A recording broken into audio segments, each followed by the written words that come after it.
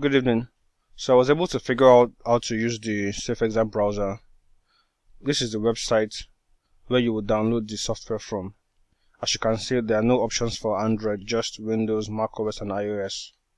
So once I click on this, it will download the software on my system, and I'll install. I've already installed. This is the icon on my desktop. So after I have installed, I actually don't need to do anything at all. I don't need to do any setup whatsoever.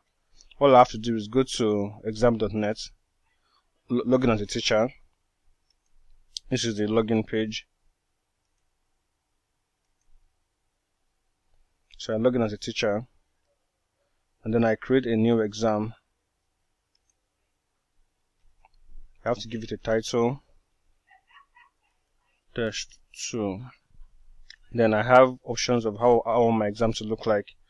I can either give my exams orally, or upload a PDF, or write the exam questions in this on this platform. So I'll go for PDF. Now I have to upload my PDF document.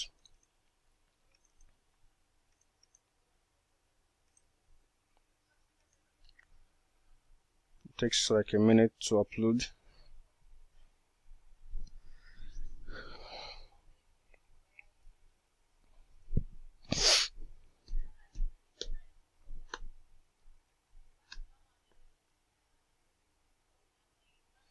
Okay, so once that is done, I just need to close this.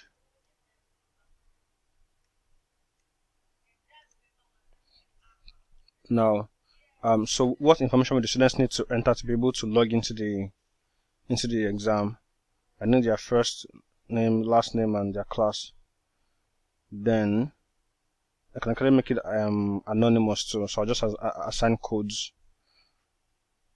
Now the writing area, this is where students will type in their responses. I can put a word limit on it. I can also allow spell check. I can allow for them to scan handwritten solutions. Let me enable this. Then there are other tools so that I can activate. For example, I can allow translation help. I can allow synonyms. I can allow speech synthesis. I can also add other documents. I can include audio files. For example, if I want to do in English listening, I can easily upload my audio file here. Then there are other tools. I can activate the drawing tool for students who want to draw. If they have a touchscreen device, for example, formula editor, calculator, GeoGebra. This is for mathematics too, for graphs and other formulae, programming, whatever.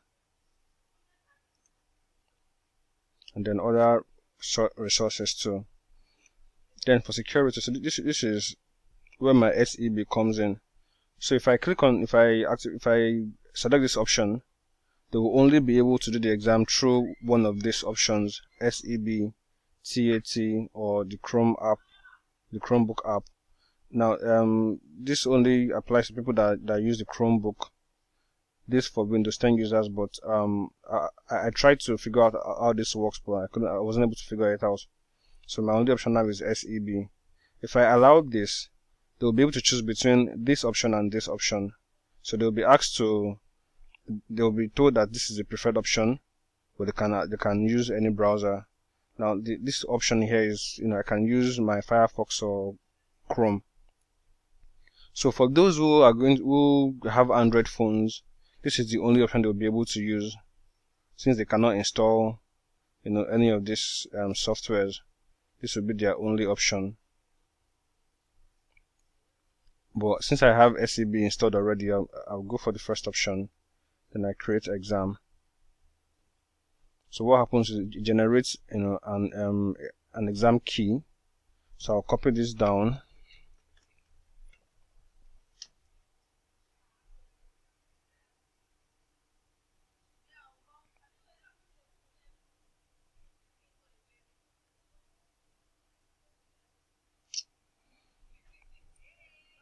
Now I can sign out and log in as a student. just to see what the student's view looks like. So what I need to do is enter the exam key here.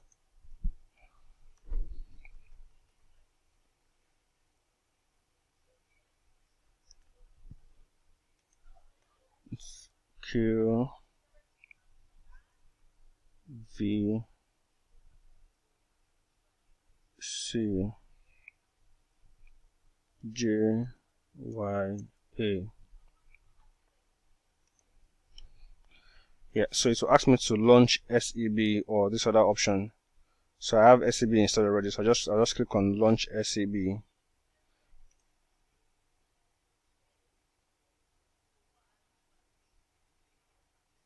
It takes a while to load, but yes, open Safe Exam Browser.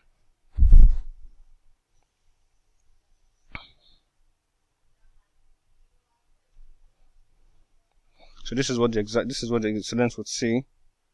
They need to enter the exam key again.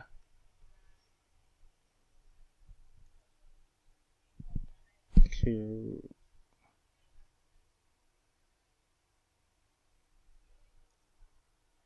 V C J Y A.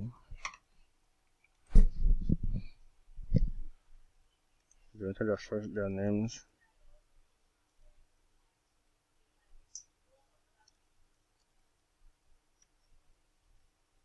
Fetch exam.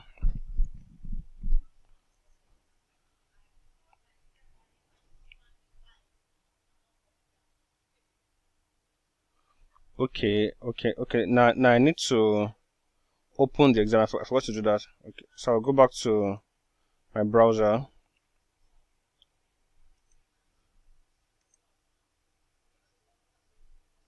And I need to click on this, open exam. That's the only way the students will be able to have access to it.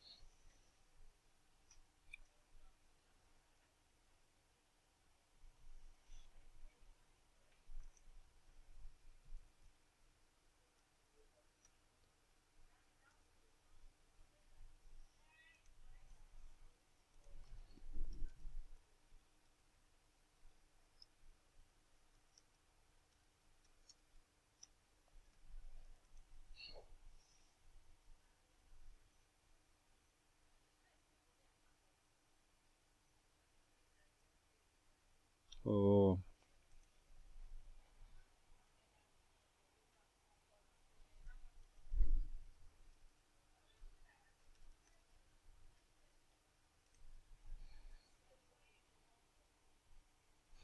okay. So this is what the students sees. This is the students' view. So they have all of these options depending on what subject they are doing. Then they can change the view, how the paper appears in their system. They can click on this, so it shows side by side. So they can type their answers here. You can also upload if that has been activated. So that's basically how this works. So once they are done with the exam, they submit.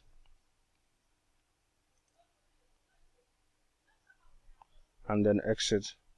So while that safe browser is open, they're not able to do anything else on the system. So once it's submitted, I can view what they've submitted in my teacher backend. So this is where I go to view what they've done. Surveillance and results. Yes. So I click on student and view what they've done.